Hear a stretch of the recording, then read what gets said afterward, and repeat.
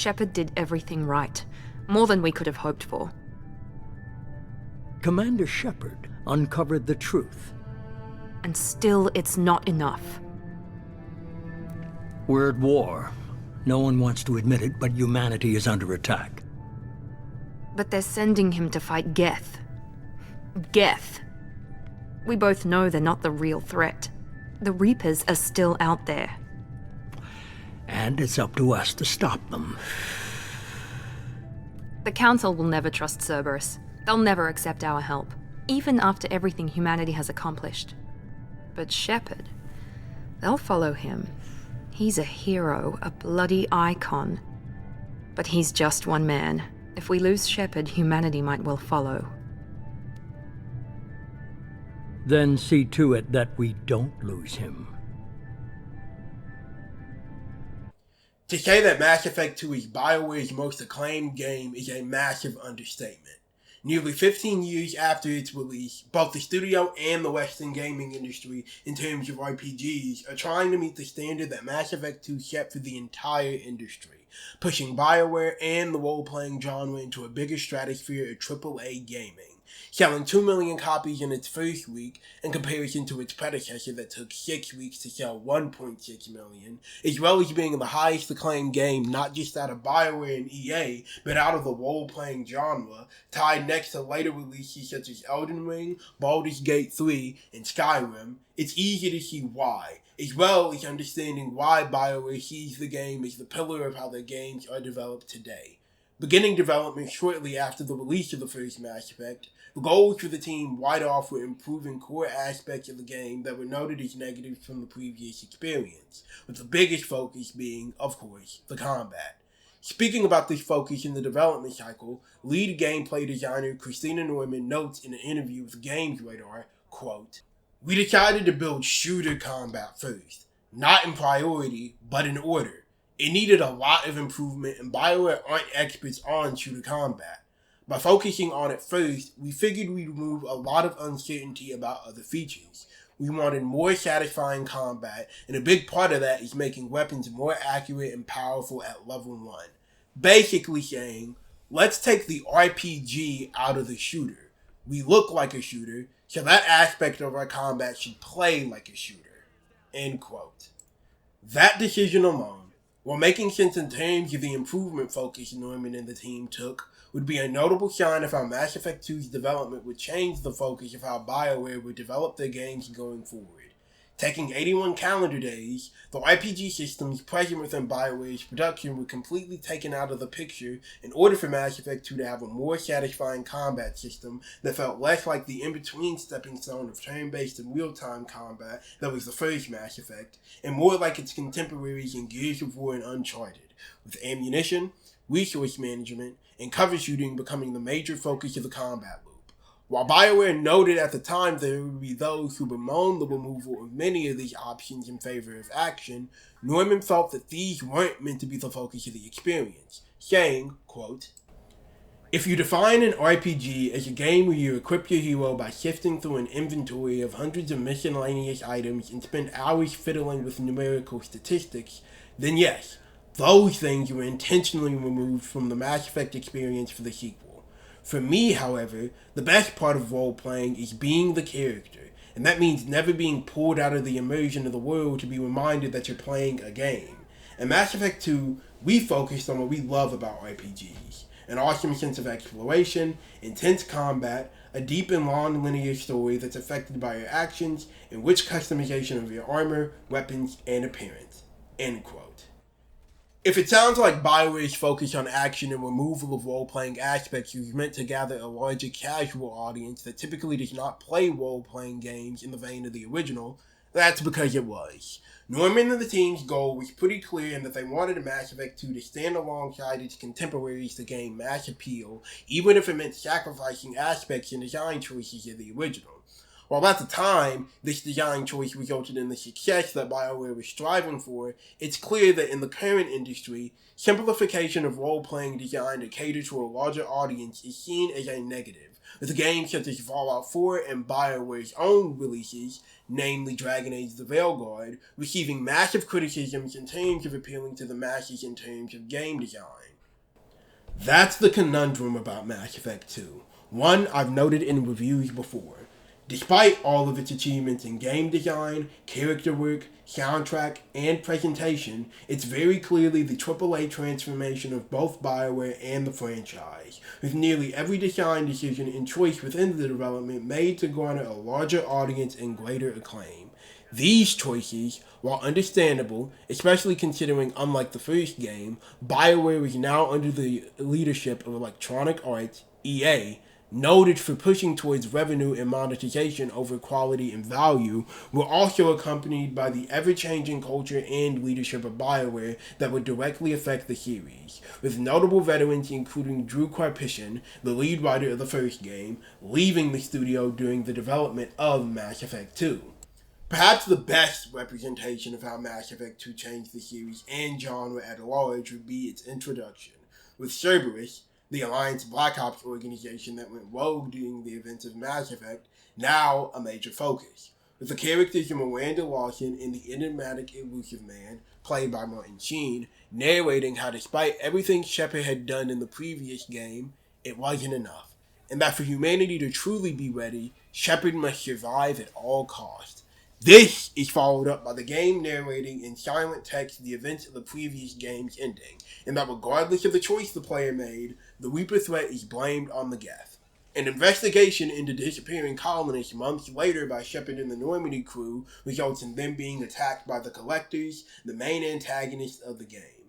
In the ensuing ambush, the Normandy is destroyed, most of the crew, outside of Joker, the love interest of the previous game, and stragglers are killed, and Shepard is faced in the resulting destruction of the Normandy, resulting in his death, quote-unquote. However, Cerberus recovers Shepard, and through what is described as cutting-edge technology, quote-unquote, Shepard isn't just healed, they're effectively reborn. If this introduction represents anything, it's a dramatic representation of how, like Shepard, Mass Effect has been reborn. Gone is the original Normandy, most of its crew, the original version of Shepard that the players created and evolved with, and namely, what Mass Effect once was. What takes its place is something far more dramatic, intense, and cinematic. Taking the first steps as Shepard once they are reawakened 2 years later makes this rebirth even clearer. Shepard now moves faster, can vault and duck into cover, has to pick up ammo, regenerates health, has special weaponry, and the dialogue system and action on the display are far more intense than the previous game showed off. It still feels like Mass Effect, but nearly everything from its foundation has been rebuilt. As noted, the gameplay within Mass Effect 2 is where the changes become notably apparent. Unlike the first game, which had 3 major classes and 3 hybrid classes, every one of the 6 available classes has been revamped entirely to not only provide a different playstyle, but also reflect the heavier focus on combat. Soldiers are no longer just the tank class, but excel at being the all-rounder in every situation, possessing the largest weapon selection of shotguns, assault rifles, sniper rifles, pistols, and the newly added heavy weapon class. Soldiers also possess ammo powers that replace the original's ammunition mods by allowing Shepard to manually turn on different powers for different weaknesses and strengths, as well as gaining a ballistic projectile that can knock down enemies and damage barriers in the form of concussive shot, and transforming Adrenaline Rush from a power refresher to allowing the player to slow down time while also increasing their damage per shot. Engineers lose sabotage due to how ammunition works, but they gain a fire blast called Incinerate, a cryo blast to freeze enemies, they maintain overload and AI hacking, and also gain the new ability to summon a combat drone to both distract and debilitate enemies. Adepts are the least changed, and even have powers removed, such as Barrier and Stasis, but now not only gain the most amount of biotic abilities, but also are now able to focus on a new aspect of Mass Effect 2's gameplay loop, biotic combinations, allowing players to combine biotics for devastating damage and explosions via primers and detonators. Primers are moves like Singularity or Pull, while more direct damage moves like Warp directly detonate the prime target. Classes that are unable to use assault rifles now also gain the new submachine gun to act as an automatic option. It is the three initial hybrid classes of Mass Effect 1 that show the design shift in Mass Effect 2 the most, however. Vanguards gain arguably the most enjoyable power in the series, known as Biotic Charge, allowing the player to propel themselves at enemies with the rest of their powers being purely kinetic based.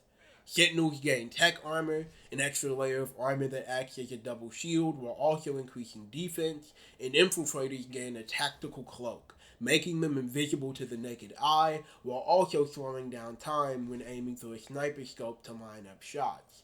The amount of differences within playstyles becomes a huge part of the combat loop, with the strengths and weaknesses of each class fitting the action-based gameplay, but the resulting differences are one of the few aspects of Mass Effect 2 that feels like an improvement of the role-playing from the first game. To balance this out, enemies also receive a noticeable overhaul in terms of health, abilities, and AI. Whereas the first game had most enemies with health and shields, enemies in Mass Effect 2 can have up to 3 layers of hit points depending on their class, species, and organizations, best shown in the mission to recruit Archangel, as the challenge becomes formulating a squad that can deal with all the weaknesses of each crew type. Beyond just health and shields, armor is added that is best stripped away by biotics, incendiary damage, and heavier weapons, while barriers by biotic enemies are resistant to tech attacks such as Overload, but weak to attacks like Warp, Concussive Blast due to being ballistic, and automatic weaponry to strip away the barrier, which is also useful for stripping away shields. The way powers react to enemies is also noticeably different, with reactions based on the type of attack, enemy, and effect it has, as well as what protection is over the health. Combat bots can be shocked and stunned by Overload, organic enemies flail chaotically while being burned by Incinerate, and Cryoblast can have enemies shattered. On top of this, headshot damage is added to focus on accuracy, and certain enemies, such as the aforementioned bots and Hush, can have limbs blown off to slow them down. However, the enemy AI also gains many of these abilities, on top of coordinating better and having their own unique aspects, such as Vorcha, a new species to the series, and Krogan regenerating health, biotic commandos pushing the team with their abilities, higher level tech-based enemies using combat drones to push Shepard out of cover, or enemies stripping his shields for an incendiary enemy to push up and burn Shepard to death. Though health and shields regenerate, the result is that enemies are much more aggressive and can quickly kill an ill-prepared Shepard and squad, meaning that knowing when to use powers, jump between cover, and swap weapons becomes a much more tactical affair, especially on the game's hardest difficulty in Sanity, which increases said aggressiveness and even protective statuses rather than just having bosses and sub-bosses be at a higher level than the player. There's also an increase in variety of enemies, ranging from the gang members in the underworld, to the returning Geth, to hostile wildlife, to the enigmatic collectors, meaning that engagements and missions feel much more unique in comparison to the heavy focus of the Geth in the main missions of the first game. While all of these changes might seem like clear positives, a deeper look shows exactly what Norman referred to by removing RPG aspects of the gameplay loop. Although the classes have been revamped to stand out from each other, the number of skills and levels has been drastically reduced from over a dozen different skill trees to only several, with all except one being solely focused on powers, that one merely increasing health, stats, and Paragon Renegade. Weapon skill trees, and by extension weapon abilities such as Marksman, Overkill, and Carnage have been cut completely. Armor is universal, meaning that there is no longer any need for light, medium, and heavy armor trees. Tech skill trees to unlock different mechanisms and boost stats have been completely cut due to Shepard being able to hack any lock container, regardless of class. Charm and Intimidation are now solely impacted by your Paragon Renegade scores, rather than putting points into them, which causes problems discussed later.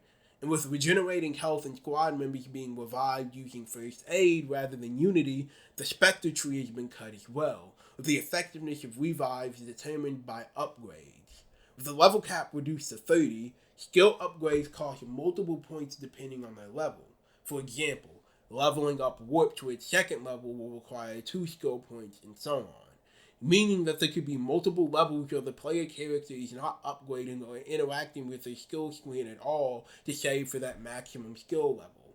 To compensate for this, skills now have differentiating branches once the player reaches the 4th level, often being a split between a harder hitting attack or an attack with a larger area of effect, such as Heavy Warp doing more damage versus Aerial Warp hitting more targets in the blast, meaning each power needs to be thought about in regards to which path is best for the character's build. However, there are no sweeping huge changes, such as the specializations unlocked after the Moon mission in the first game, which could fundamentally alter the way powers function, such as Stasis gaining the ability to damage frozen targets.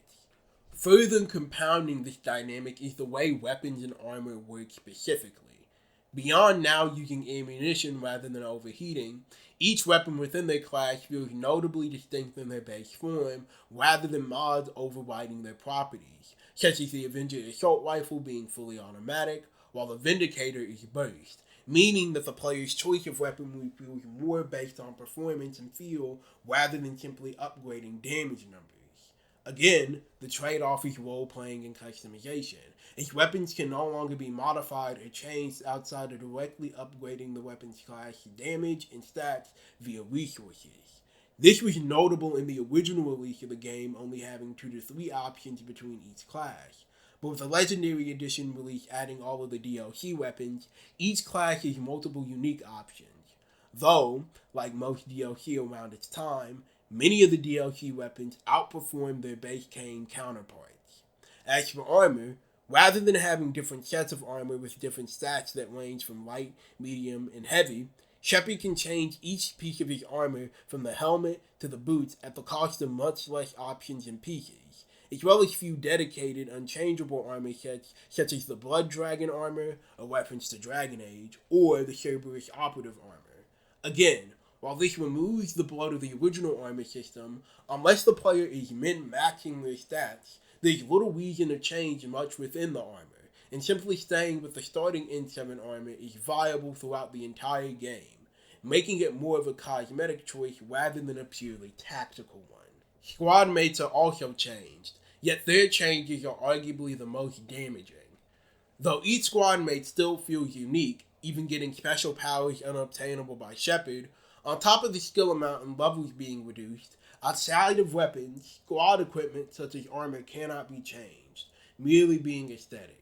While it's understandable why this system was changed, as the removal of the inventory screen and much of its systems being notably simplified made armor for squad mates feel redundant, the resulting change is that no matter how good your squad mates' abilities are, in many cases Shepard's abilities outmatch theirs by a notable margin.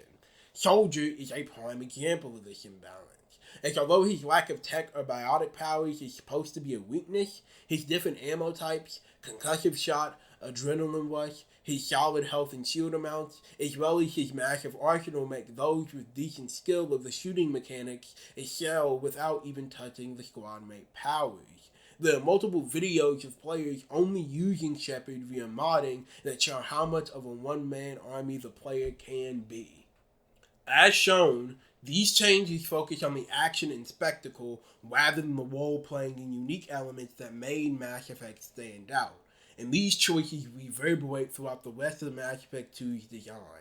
Exploration is a big change, as the ability to fully explore uncharted worlds via the Mako has been cut down to an immense degree. Instead, the major focus of galactic exploration is the infamous resource scanning.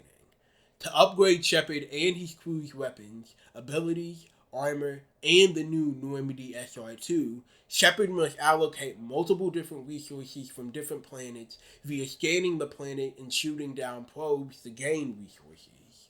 While the exploration of the first game had notable issues in terms of the barren planets, repeated interiors, and micro-driving, The exploration was paramount in making the galaxy feel larger than it was, invoking a sense of discovery that very few non-open world games and even open world games accomplish.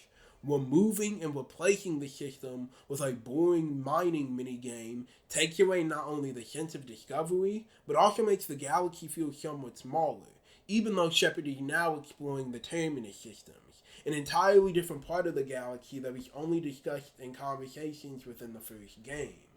Even in the case of the hub worlds, the main narrative missions are focused on feeling smaller, despite there being more missions than in the first game, with the Citadel being the most blatant representation of how small Mass Effect 2 feels.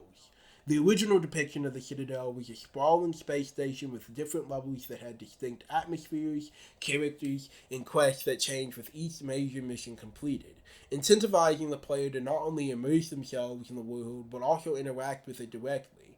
By comparison, each floor of the new Citadel is only a fraction of the original, and with less time spent there, as well as a notable new look, it feels less like the familiar hub it did, with the only part that looks like the original being the embassy, which is now only the office of the human council member. It's disappointing that Shepard cannot explore more of these hub worlds because some have the best art direction and atmosphere in the entire series. Omega takes the aesthetic of Corey's Den from the first game and makes them grungier, feeling like a crime-infested rat hole that destroys anything weak and deifies power and hedonism. Meanwhile, the home world of the Krogan, Tuchanka, is both tragic and fitting, as the Krogans remaining try to make the best out of the rubble they sleep amongst. Beyond just exploration, the world design within combat takes a hit as well. One of the most unique things about the first Mass Effect is that despite being a cover shooter, many of the options for cover felt more organically built into the world rather than the other way around, and there were even missions and side quests where this was used to great effect, such as the claustrophobic enclosure of the mines, fighting through the staircases of Pharos, the Rachni bursting through the vents of Novaria, scaling the side of the Citadel at the end of the game, or having to fight and dodge Saren's attacks in its final form within an open arena. With Mass Effect 2, however, once the player enters a room, it becomes clear that this will be a combat encounter, which also removes the possibility of surprise. That doesn't mean that there aren't any side missions on different planets, as occasionally there are anomalies found while scanning that might be a distress beacon, a criminal base, etc. Even then, unlike the first game, the side quests are typically one-and-done procedures, and although some are puzzle-focused rather than pure combat, not only do they provide paltry experience and resources, but they also lack the context and world-building that made the exploration originally worth it.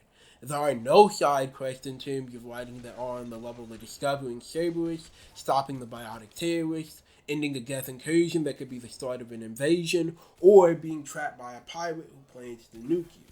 One might argue that the loyalty missions count as side content due to them being optional, but considering their production value, importance to the characters, and how they directly affect not only the ending but the next game, they cannot be considered true side content like the planetary missions, especially considering outside of seeing a more negative ending, there is no benefit from a narrative or gameplay standpoint to not do the loyalty mission. It's important to focus on the combat and gameplay changes first primarily, because not only do they represent how Mass Effect became more like the industry it was in rather than standing out, but the focus of action over details, even if the details could feel overbearing, is perhaps the best way to describe the approach Mass Effect 2 took, with its world building, characters, and narrative. The first example of this approach is an aspect of Mass Effect 2 that is immediately different from the original: ammunition. In the first Mass Effect, it's explained that guns within the universe have a smart computer chip built in that monitors ammunition within the firearm and chips off a perfectly sized ballistic block that is focused on impact, squishing against shields. The result is that these blocks can break off thousands of rounds without needing to be changed, virtually removing the worry of ammunition for combat, with the only drawback being that the Mass Effect fuels within each gun can cause overheating, translating to gameplay as making sure the player tempers their shots. This design choice not only made Mass Effect stand out from other third-person shooters at the time, but added an amazing sense of immersion. Ammo on the ground was unnecessary, meaning that the player could still be immersed in the world. With the modding system, players could either build their guns to negate overheating entirely or take a heavier heat load in exchange for higher firepower.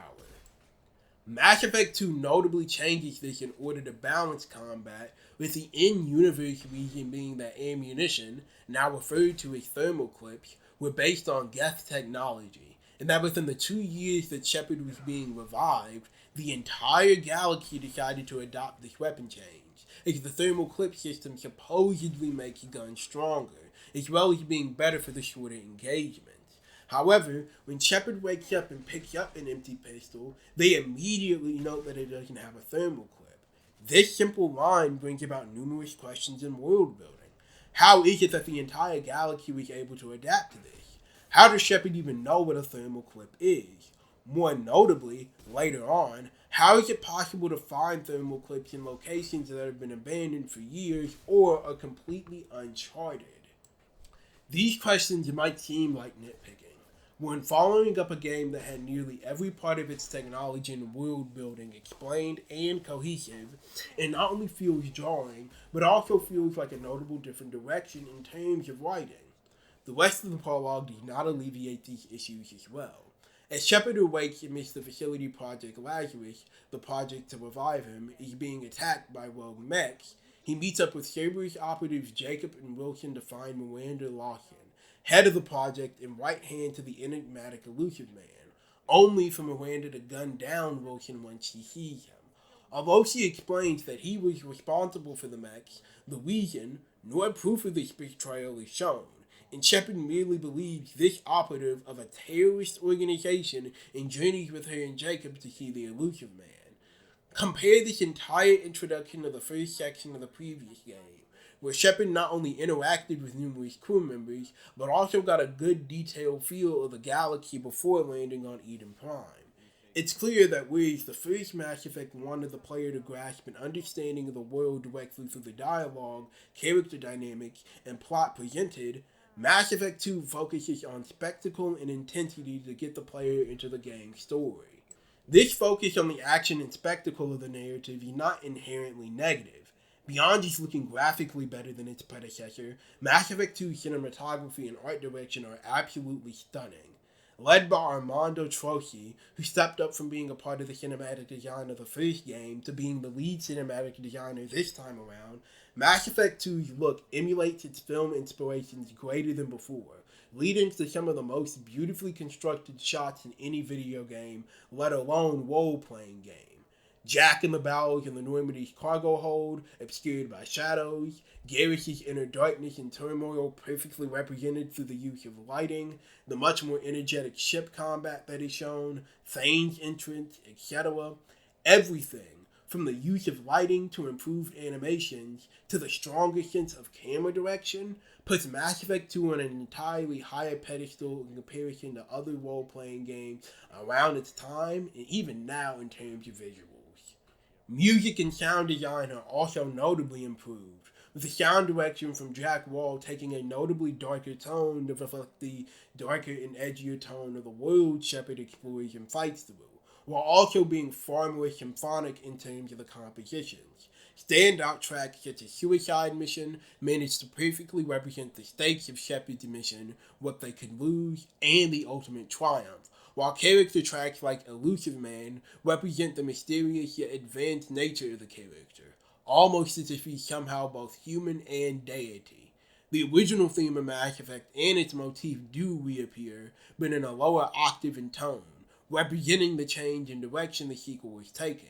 However, there are still themes that are shared, such as the Galaxy Map theme, giving the sense of connectivity necessary between the games. Arguably the biggest reason Mass Effect 2 is so acclaimed, however, is because of its immense focus on its characters. Recruited and supported by the Elusive Man and Cerberus, now a massive organization focused on human advancement at all costs, while also being declared a terrorist organization by the Council, Shepard must gather a team of the most capable scientists, mercenaries, and assassins in order to take down the Collectors, theorized and later shown to be following the Reapers, the main antagonist of the trilogy. With this in mind, the narrative focus is for the most part on its characters within its entirety, as the main goal of stopping the collectors from abducting colonists is never changing in comparison to the evolving plotline of the first game. This was described as a purposeful change by project director Casey Hudson in an interview with Joystick, noting, quote, "We knew it was a risk and something different. You're right. The story of Mass Effect 2 is very much about how you get ready for a mission by building a team and understanding who they are, and about learning the magnitude of what you're facing. The funny thing is that people will say, other than gathering your crew and building your team and getting ready for this mission, there's not much story there. But that is the story." End quote. This approach would become the major style of Bioware's role-playing narratives moving forward. And that design choice makes sense considering how well written the squad mates of Mass Effect 2 are, for the most part. Whereas the first game's companions serve to mainly build the universe, often by contrasting their culture, Mass Effect 2's companions feel representative of the darker side and tone of the Terminus systems, having conflicts that are much more morally messy and traumatic while standing out in more blunt ways, including the squad mates retaining from the original game. Miranda Lawson was raised and groomed into becoming the perfect genetic subject for humanity. Grunt is bred by a Krogan madman to be the best of the race. Jack is a powerful biotic experimented and tortured on as a kid. Thane is a dying assassin with an estranged son. Morden is a harsh but kind doctor who is also responsible for making the genophage worse. Zaid is a fallen mercenary boss who can't let go of his revenge. Kasumi is a master thief who can't let go of what she's lost. Samara is an Asari Justicar who deals out brutal justice and lives in a strict code of honor. Legion is the first non-hostile Geth Organics have communicated with since the rebellion, and the retaining squad mates in Tali and Garrus also deal with more messier issues. Tali has to work with the Quarians, possibly trying to take back their homeworld of Rannoch from the Geth, while Garrus deals with an insatiable need for revenge against the Turian who sold out his team, resulting in their deaths. The only squad mate that is notably less complex is Jacob, but even with his military man persona, he still struggles with wanting to do the right thing while working for a terrorist organization, because Cerberus, unlike the Alliance, is the only one willing to go after the Collectors. By description alone, these character issues are clearly heavier and more complex than the characters of the original Mass Effect, and it is these issues that form the bulk of the game's narrative, as in order to obtain the best possible outcome for the suicide mission, the players must gain their squad mates' loyalty via helping them out with their past issues. While the base recruitment levels aren't that different from each other in terms of layout and progression, with a few exceptions such as Tali's recruitment having an environmental hazard, the loyalty missions is where the bulk of the game's narrative and world building stand out, with notable different objectives beyond just shooting enemies in a cover-based moon. For example, Garrus has you fighting through Citadel storage rooms as platforms rise and change. Grunt has you take on waves to Tachanka wildlife, with the final wave being an on-foot Thresher moth fight. Samara has no combat entirely and focuses on the right dialogue choices. Thane's is a trailing mission, and Kasumi, by far the most complex, is an elaborate space heist. Again, while this doesn't completely alleviate the cover-based shooting feel of Mass Effect 2, it does help the characters and progression stand out from each other. Arguably the most standout characters of the second game that exemplify the best of Mass Effect 2's writing direction are Morden, Solis, and Legion. As briefly mentioned earlier, Morden is a Solarian scientist and doctor who tries his best to help those in need, even if his methods are a bit violent towards those putting innocents in danger, with his personality being erratic, fast-paced, yet endearing. This contrasts with his work as an STG agent in the past, with his shining beacon of work being his discovery that the Krogan were beginning to adapt to the genophage and modifying the plague to nullify this adaptation. His loyalty mission on Tachanka revolves around finding his former assistant Malin, who is revealed to have allied himself with Krogan warlords in order to experiment on finding a cure for the genophage. As the mission plays out, Morden is directly confronted with the result of his monstrous actions, and the typically vibrant scientist becomes solemn. A notable moment in particular is finding a dead Krogan who gave her life to find a cure, with Shepard either affirming Morden's choice by arguing it was for the best, or directly challenging Morden on his justifications of his actions. The ending of the mission has Morden confront Malin, and after either killing or her letting him go, an actual moral dilemma is presented. Despite the barbaric and inhumane ways the data was obtained, Malin's research could be paramount in a cure for the genophage, with Morden arguably being convinced that it might be the right thing to do eventually, even if it leads to another Krogan rebellion. Shepard and Morden end the quest by deciding either to destroy the data or keep it, with this decision being paramount in the following Tuchanka storyline of the third game, while also following the complexity of the Krogan issue present from the first game, as well as providing emotional weight into both the world and its characters. Legion's narrative, on the other hand, is the most experimental and different from the rest of the characters, as they are the first Geth the player actively works with. A mobile platform of 1,183 Geth programs, Legion acts as the first insight into what exactly the Geth are, with its loyalty mission discovering that after their encounter and indoctrination from the Reapers, the Geth is splintered into those loyal towards the Reapers, known as the Old Machines to the Geth, and those who aren't. Legion's loyalty mission also reveals a key difference between the Geth and traditional artificial intelligence within science fiction.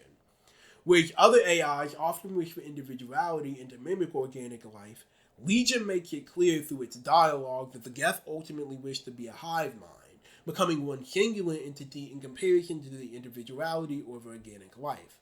Even trying to talk about which Geth Shepard is speaking to results in it merely saying that Shepard is speaking to all Geth. This revelation of what the Geth are results in Shepard being given a choice of either rewriting the heretic code or deleting it. Unlike previous choices in the game, it is a notable moral conundrum for both the player and Shepard, as rewriting them would strengthen the Geth, but at the same time, as Jack would point out, if the code is going to be fundamentally rewritten, what's the difference between that and deleting them? Such a choice also has to take into account how this would affect the Quarians, who are planning to possibly go to war with the Geth, and the rewritten heretics could still possibly side with the Reapers. Unfortunately, not every companion and loyalty mission is written this well and has this amount of depth and characterization to them. Cited, due to being a bonus for Cerberus Network, a small but notable sign of how EA's monetization practices would eventually be disastrous for Bioware's production, lacks a strong, compelling narrative outside of being a hardened crime boss, and although Konsumi's heist mission is far better with an actual emotional choice to make, both lack genuine dialogue unlike the rest of the companions. The standout out of all of the characters in terms of lack of quality and writing, however, is one Jacob Taylor. On paper, Jacob should be the everyman that stands out from the rest of the cast by being the soldier that is the most normal and grounded, bringing a sense of possible relatability as the common military man. He notably agrees with the elusive man's goals of stopping the Collectors and protecting humanity, despite disagreeing with Cerberus' immoral actions in the past, and proves himself to be capable, with the game clearly intending for him to be a close soldier to Shepard. However, Jacob himself arguably lacks even less of a personality than Caden before him, who shared a similar role. His role of being Shepard's best friend, who helps bring him back down to earth, is filled by Garrus, who has far more interesting motivations this time around. His connection with Cerberus is filled by Miranda, who ends up having more tension and grows to distrust Cerberus, and nothing about his initial backstory is as captivating, with Caden at the very least being tied to the inception of biotic in the human race. Even gameplay-wise, his roles of being the biotic powerhouse become overshadowed by Jack and Samara. Garrus and Cited have harder hitting arsenals, and Grunt is by far the best in terms of close-range options. Nearly everything Jacob does is done better by other characters, both narratively and mechanically. Jacob's loyalty mission also exemplifies this on-paper issue, as he finds out that his father might be alive after their ship got lost decades ago, crashing on an exotic planet. As Shepard and Jacob explore the planet, they become horrified to find out that Jacob's father took advantage of his crew due to being unable to perform his duties as captain, forcing them to eat plants that degraded their minds to an almost caveman status, separating the men from the women and having the women assigned as property to him and his officers.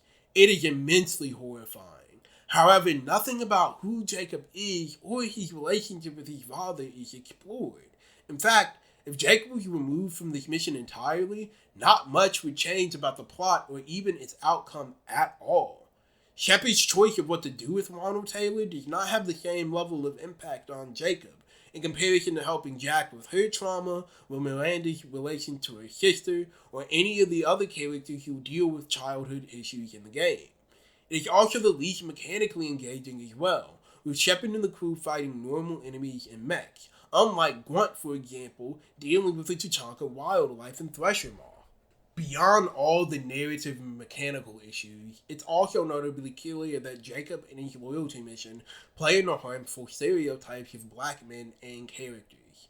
It's one thing for him to have issues with his family, as Miranda, Thane, and Samara all have familiar issues within their own loyalty missions. Miranda hates her father, Thane's an absent father, and Tamara struggles with the fact that her daughter is a dangerous Asari seductress known as an Ardok. However, Jacob's loyalty mission is all about finding his father, who abandoned him at a young age, a person who notably committed crimes such as sexual assault towards women predominantly seen as white in terms of the crewmates. While Mass Effect had positive representation to some extent in the first game, with Captain Anderson being a mentor character for Shepard in that game, even being paramount towards Shepard and the Normandy crew stopping Karen from bringing back the Reapers, Anderson for that game in the majority of the trilogy is only a supporting character, not a major focus of the cast for these games in comparison to the squad mates.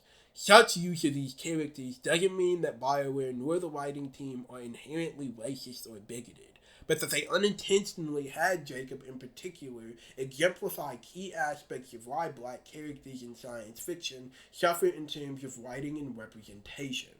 Writing about black characters in the genre, Inigo Laguna notes, quote, "When left in the hands of white writers, science fiction will ensure that we remain in the periphery of the story, an accessory to its finish line, and in doing so, will leave some of the most interesting characters and storylines unexplored, underdeveloped, or misrepresented."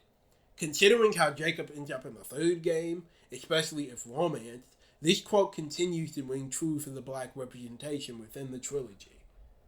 This issue also connects to the politics of the game, which are arguably even messier in some ways than the first. Mass Effect already saw politics in a negative light in favor of the Jack Bauer approach, focusing on action and command over diplomacy, and Mass Effect 2 doubles down on this. The Council, regardless of Shepard's actions in the first game's ending, still sees the Reapers as a myth, insulting Shepard and refusing to look further into human abductions. And Shepard's alliance with Cerberus, even if they maintain as a character that it is just for stopping the Collectors, is still them being aligned with a pro-human terrorist organization. It can be understandable that the writers would want a moral conundrum to be situated within the narrative, as Shepard being allies with Cerberus represents them doing whatever it takes to stop the Reapers, but the game also goes out of its way in both its main content and DLC to represent many of Cerberus' actions as morally reprehensible, such as the torture and experimentation on Jack, Project Overlord, and the reactions from former companions such as Tali and the Vermeer survivor when they find out Shepard is working with them. And that's ignoring the reprehensible actions in the first game. There is a jarring representation between Cerberus being represented as pro-human and having its members justify Cerberus' actions for the better of mankind, only to then be faced with how monstrous the organization is at multiple fronts. Even if some of these issues are hand-waved away as the elusive man being unaware. The issue of Cerberus within Mass Effect 2 is also a core component of how Shepard as a character has changed. In the first Mass Effect, like other CRPG protagonists, nearly every line for Shepard was determined by the player, and although some of them were the same regardless of choice, the player ultimately felt in control of Shepard and the numerous narrative beats. Paragon and Renegade exuded this stance, as they felt more like personality choices than pure morality, though this was not always consistent. All of this is changed in Mass Effect 2, as Shepard now has less dialogue picked by the player, with characterization that feels more defined as a result. On the one hand, this choice means that Shepard garners a deeper connection to the narrative and its characters, with Mark Mir and Jennifer Hale providing an even better performance than their previous efforts. However, it is ultimately limiting on the role-playing expressivity for the player. What's arguably more damaging, however, is the way Paragon and Renegade operate. With the removal of Charm and Intimidate as a leveling branch, the only way these options are unlocked are directly through having high points in each. And unlike its predecessor, there are multiple important choices within the narrative that are dependent upon your scores, such as the character growth for squad mates within their loyalty missions, or most notably, squad mate mutiny. Later in the narrative, two pairs of squad mates, Jack Miranda and Tally Legion, will argue about a loyalty mission. Jack and Miranda's focus is naturally on Cerberus' actions in the past regarding the Subject Zero program, while Tally and Legion is on Legion transmitting sensitive information regarding the Quarians to Geth. Shepard is then given a choice of either siding with one squad mate and losing the other's loyalty, or using Charm Intimidate to convince both to make amends, or at the very least keep the peace. These moments require such a notable high score in either Charm or Intimidate that it is not uncommon for players to lose the loyalty if they have not been strictly playing either Paragon or Renegade for the entire game up to that point, to the extent of Bioware having to adjust the score requirements in the trilogy's remaster. However, it is not that hard of a choice this time around with how Paragon and Renegade operate. Paragon goes from being altruistic and diplomatic to wholly good and well-intentioned, while Renegade goes from pragmatic and doing whatever it takes to being aggressive, violent, and ruthless. The choices become far more moral in terms of most cases, and even with the notable options presented earlier for Morden and Legion, they are still represented in the Paragon and Renegade style, making the larger majority of players pick the upper option because it is the Paragon choice. This is especially damaging in regards to Legion's loyalty, as Mass Effect 3 eventually reveals that destroying the heretics was better in the long run. What makes Renegade feel harder to justify now is how rude Shepard can become to his companions. And with Bioware choosing to focus on depth and complexity with the companions, as well as most of them being likable and enjoyable, it is a hard sell for players to intentionally be rude to their squad. Adding to this issue, should Shepard continue harsh Renegade options, the implants within them due to Project Lazarus will react, causing his eyes and scars to glow red. Unlike the original, it's become clear what path the developers want the players to lead into, and that's a problem that exacerbates itself all the way to the third game. If there's a saving grace to the morality system within Mass Effect 2, it's the interrupts, which allow the player to directly interact within certain dialogue segments, a feature never finalized into the original. Interestingly enough, these choices are what should have been the baseline in terms of Paragon versus Renegade. Multiple interrupts that are Renegade show an active benefit for the player, such as killing a mechanic to weaken an eventual gunship boss, or shooting a canister to take out a mini-boss before combat begins. One choice in particular is deciding to kill a young Asari who has a facade of being an innocent woman tricked into being a gang member. Doing the Paragon option reveals that Shepard let a ruthless killer go, while the Renegade option reveals that once her facade is seen through, she instantly tries to kill Shepard and the squad. Keen-eyed players paying attention to the world and narrative will also note that the Eclipse, the gang this girl is a member of, only gives armor to initiates once they've killed a person before, meaning that the Renegade choice is the wholly correct choice this time around. With Shepard's dialogue within these Renegade interrupts being in the vein of action one-liners, it's clear that the system was intended for players regardless of general morality to pick these options, as it makes the already impressive cinematic spectacle of the game leap out in a way other RPGs within the genre even to this day can't reach. With all of this focus on the characters and how Shepard interacts with them throughout each of the gameplay systems, on top of the comments from Hudson earlier, it's clear that the main narrative in Mass Effect 2 doesn't have that much of a focus in comparison to its predecessor. In fact, Mass Effect 2's major story missions, all of which are focused on the Collectors, are few and far between, as well as outside of the player's control regarding when they must be completed. After a few squad mate and loyalty missions are completed, Shepard is locked into doing the next story mission, removing the sense of narrative freedom between each main mission outside of the squad mate missions. Although there are technically more missions to do in terms of the main narrative, due to the mission structure, none of them reach the heights and quality of missions like Nevaria or Vermeer from the first game, and the plot itself does not evolve and organically grow. Even the plot twist that the Collectors are the Protheans who have been indoctrinated and enslaved by the Reapers pales in comparison to the original Reaper reveal. What makes this restrictive mission structure stick out, however, is the point of no return, in which after the Normandy obtains the IFF, a device that is used to navigate the Omega-4 relay to get to the Collector base, a countdown timer unspecified to the player begins, and once it finishes, the player will be thrusted into the endgame, with any missions and content done after this point negatively impacting the final suicide mission. Having a focus on characters over plot would be one thing if Mass Effect 2 were a standalone follow-up similar to Dragon Age 2, which follows the aftermath of the first game and its impact on the world, allowing more creativity and freedom without having to be chained down. However, Mass Effect 2 is meant to be the bridge in a trilogy that has one discernible problem. How will Shepard and the Galaxy defeat the Reapers?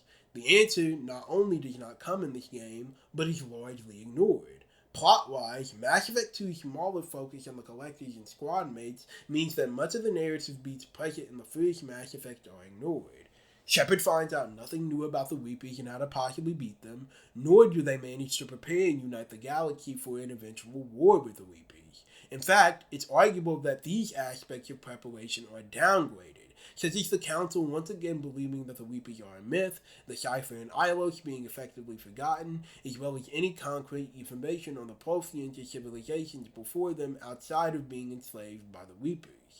The Reapers themselves being a myth is actively harder to believe as well due to the IFF used to navigate the Omega-4 relay taken by a dead Reaper that is thousands of years old, proof that they existed before the Geth.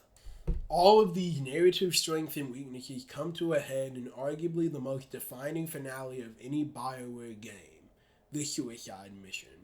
Before the mission even starts, having Shepard and the squad mates risk away on a mission that is never described nor played as the player to have the Normandy crew outside of Joker and Edie, the ship's AI, captured by the Collectors feels like a contrived way to make urgency present in the otherwise non-urgent main plot, made even more encumbersome by any additional missions done after this point, resulting in parts of the Normandy crew killed and dissolved within the collective base without warning to the player. Once the player travels to the Omega-4 relay, the mission begins in full, with the success of the mission determined by three key factors: the loyalty of your squad mates, the upgrades to your ship, and the choices once the player reaches the collector base.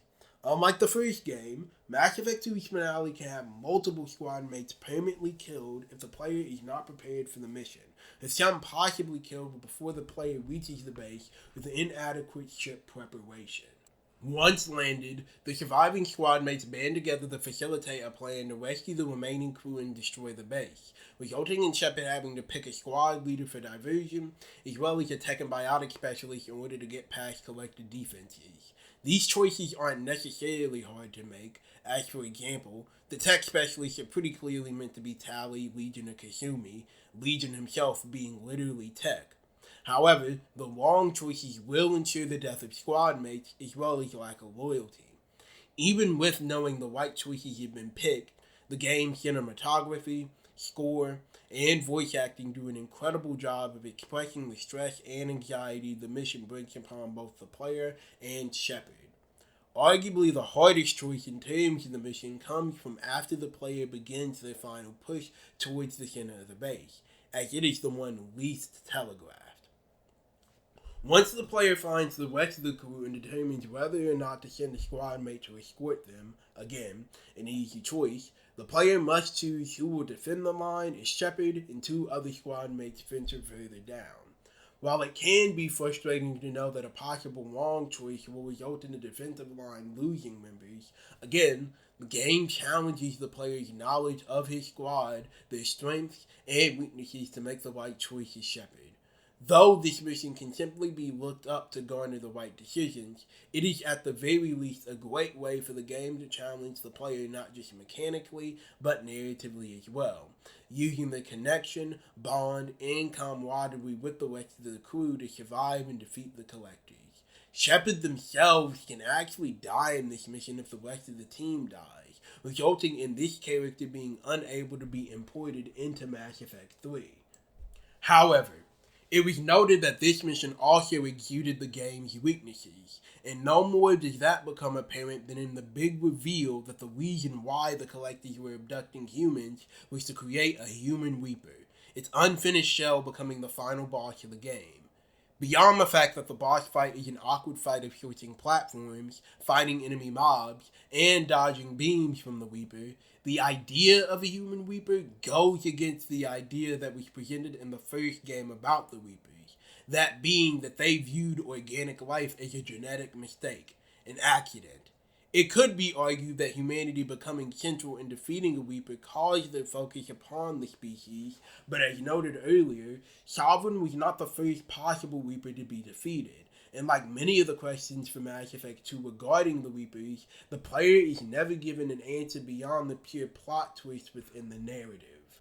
Looking behind the scenes makes a notable fact about this reveal apparent, however, as well as one of the biggest influences that affected the trilogy's development: the ever-changing state of Bioware as a company. During the production of Mass Effect 2, notable names within the company began to leave due to the direction EA was taking the company, including the lead writer of the original Mass Effect, Drew Karpyshyn. Interviewed about the trilogy after its conclusion, Karpyshyn noted that during the production of the second game, before he left, an idea that was tossed around was the dark energy subplot, revealing that the reason the Reapers created a human Reaper as well as committed genocide every 50,000 years was because of the Mass Effect energy fields destroying the universe. Describing the plot in detail, he notes, quote, "Dark energy was something that only organics could access because of various technoscience magic reasons we hadn't decided on yet. Maybe using this dark energy was having a ripple effect on the space-time continuum. Maybe the Reapers kept wiping out organic life because organics keep evolving to the state where they would use biotic and dark energy, and that caused an entropic effect that would hasten the end of the universe. Being immortal beings, that's something they wouldn't want to see. Then we thought, let's take it to the next level. Maybe the Reapers are looking at a way to stop this. Maybe there's an inevitable descent into the opposite of the Big Bang, the Big Crunch, and the Reapers realize that the only way they can stop it is by using biotics. But since they can't use biotics, they have to keep rebuilding society, as they try and find the perfect group to use biotics for this purpose. The Asari were close, but they weren't quite right. The Protheans were close as well." End quote. This would eventually land the Reapers on the human race, who finally were the key to the solution of the Mass Effect dark fields, and Shepard in the final game would have to decide whether or not to turn humanity into the Reapers or find an alternative. It might seem preemptive to discuss the possible endings of the third game, especially since Karpyshyn notes it was cut before he left the project entirely, but it should be noted because multiple points throughout the game make this plot point a center focus, and without it, the ending of the second game feels almost pointless in terms of the twist. Jack being the strongest biotic in the universe, the decaying atmosphere of Haestrom due to dark energy, the more personal focus on Shepard by the Reaper controlling the Collectors, Harbinger, even referring to his harvesting of humanity as Ascension, the clear focus on the Collectors targeting the Earth, and even the overt focus on humanity within the narrative this time around, feel directly built around this twist, and it can even be connected to humanity initially deciding the fate of the Council at the end of the first game being pushed at an even larger scale. This, of course, doesn't mean the ending would be perfect, as there are notable flaws, but it's important to note this ending because the decision for it to be cut, resulting in the final boss and by extension the narrative of Mass Effect 2 not having much impact within the trilogy, are clear signs of perhaps the biggest problem with the trilogy as a whole. There is no concrete plan. Veterans and staff leaving, scrapping entire plot points yet leaving the foreshadowing present, and a lack of focus on answering the questions presented in the first game are bad enough. but with the ending having Shepard either save the collector base for research or destroy it, resulting in a possible conflict with the Elusive Man, the status with the Alliance, and the Reaper still invading, Mass Effect 2 arguably ends up setting up its follow-up and conclusion with more plot beats than it started with.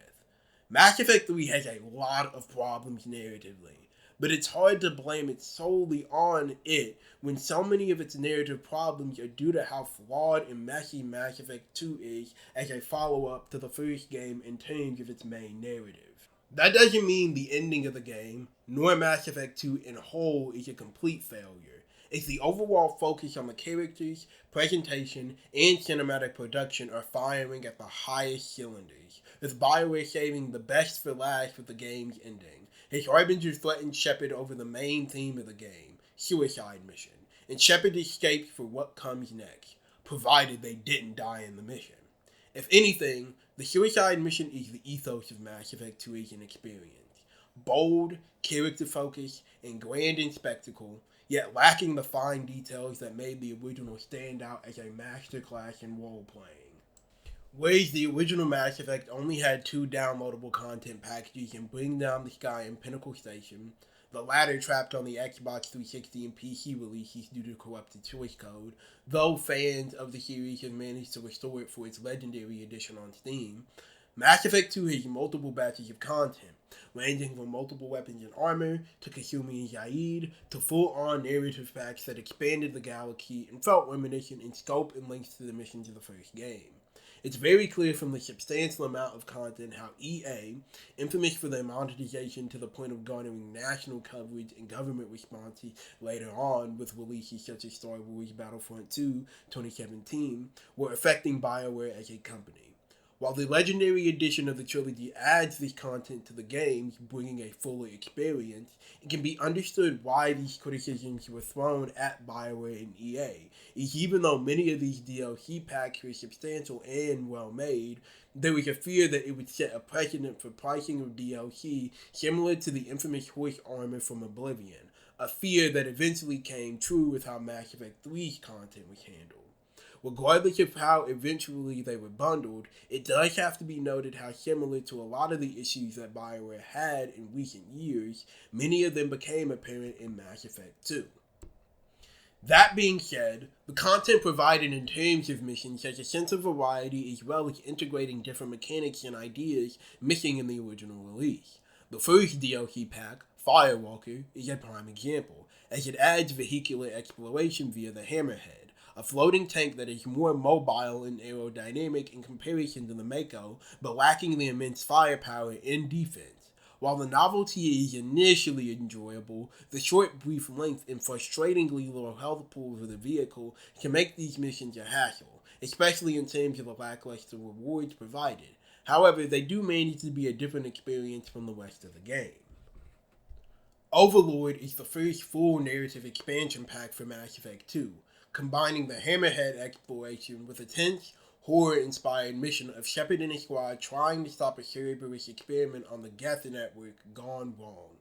As noted, the mission is clearly meant to show Cerberus as a group that does whatever it takes to protect and advance humanity, with the attempted fusion of a human to the Geth neural network creating a Frankenstein situation that is common in sci-fi.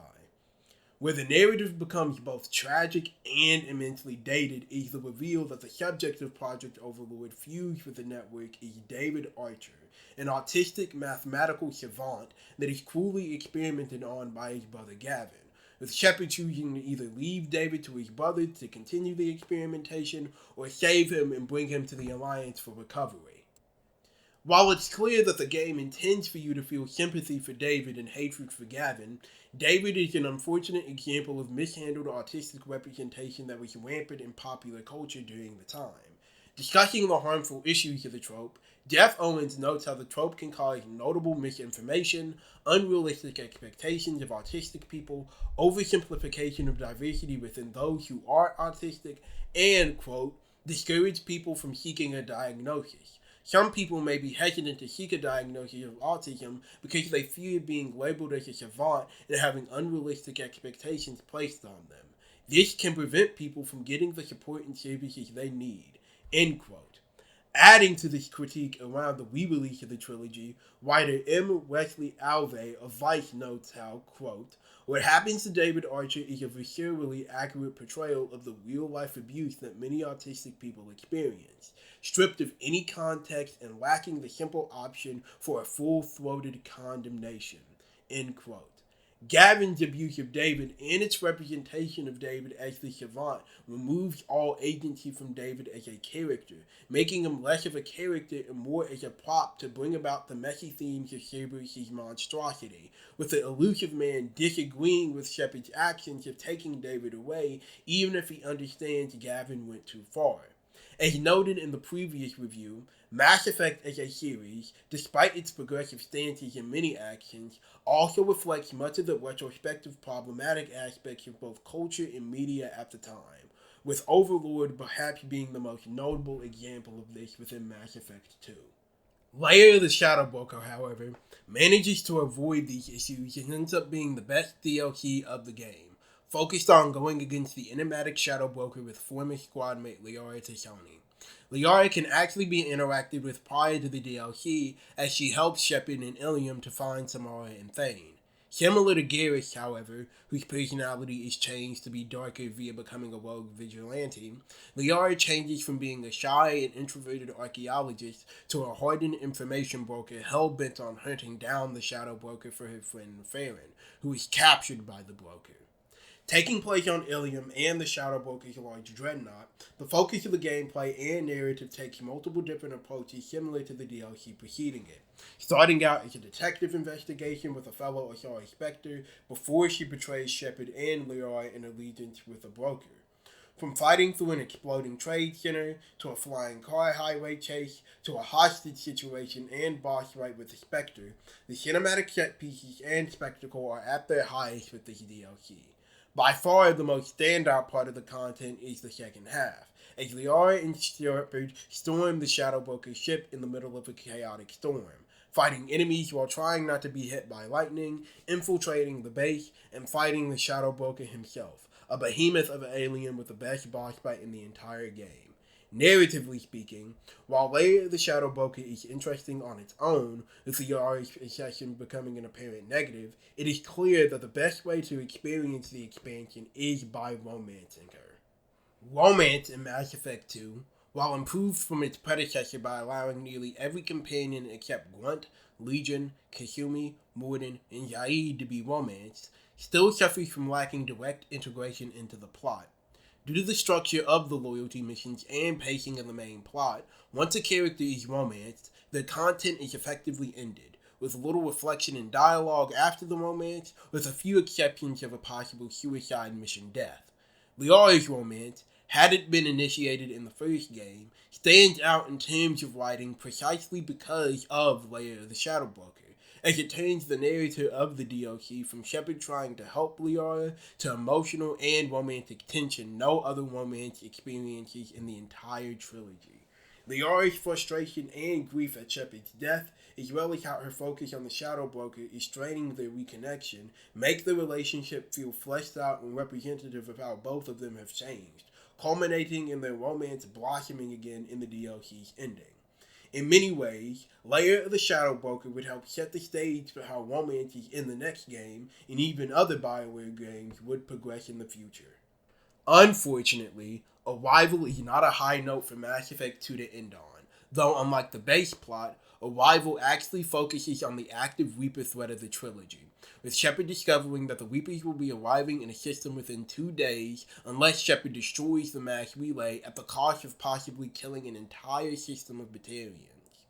While clearly setting up the events of Mass Effect 3, Arrival feels rushed in a way that the rest of the DLC narratives don't.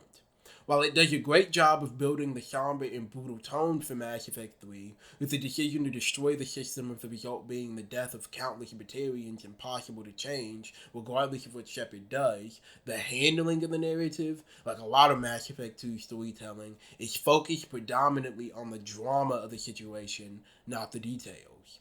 Shepard having no backup from the Normandy nor its crew at all, despite being captured and sedated, Benson, the scientist who discovered about the Reaper invasion through a Reaper artifact, telling Shepard how to stop the invasion despite being indoctrinated, or even the fact that a mass relay can be destroyed by an asteroid when the Mu relay from the first game is said to have survived a supernova, are all issues that on their own would not be that big of a deal. When compiled together into one plot that is integral for the conclusion of the trilogy, these flaws are hard to ignore.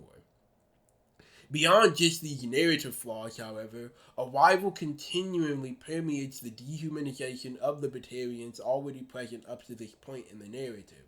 While the base game does show some non-hostile Batarians, they are still not represented in equal light to other races in terms of positive representation for how integral they have been to the plot. Having 300,000 Batarians killed as a result of Shepard's actions not only makes this representation worse, but it arguably removes the emotional weight of Shepard's decision, because the Batarians have been represented as a race with mostly negative attributes that the players have no connection to. It's hard to ignore how monumental Mass Effect 2 was for Bioware, even with its flaws. Being one of the highest acclaimed games with a 96 on Metacritic, being a part of the Art of Video Games exhibit in the Smithsonian American Art Museum, and continually appraised to this day, with publications like GQ going so far as to rank it in the top 10 games of all time, even with the recent failures and lackluster releases within BioWare's current output, many players and fans still stand by the studio because of Mass Effect 2 alone. All of this success makes it clear that at the time, the development decisions and changes worked immensely for BioWare, to the point of them still chasing Mass Effect 2's critical success to this day in the way the rest of the output has been made, with the Dragon Age series taking cues from it. However, it cannot be understated that much of this larger success was at the cost of sacrificing much of what made the original Mass Effect and even its pitch stand out, making a game feel more like the rest of the industry rather than standing out in terms of its approach. Mass Effect 2 is a AAA game in both positive and negative aspects of its design, and its huge success critically would continually push for a focus on broad appeal at the cost of minimizing role-playing and maximizing casual focus.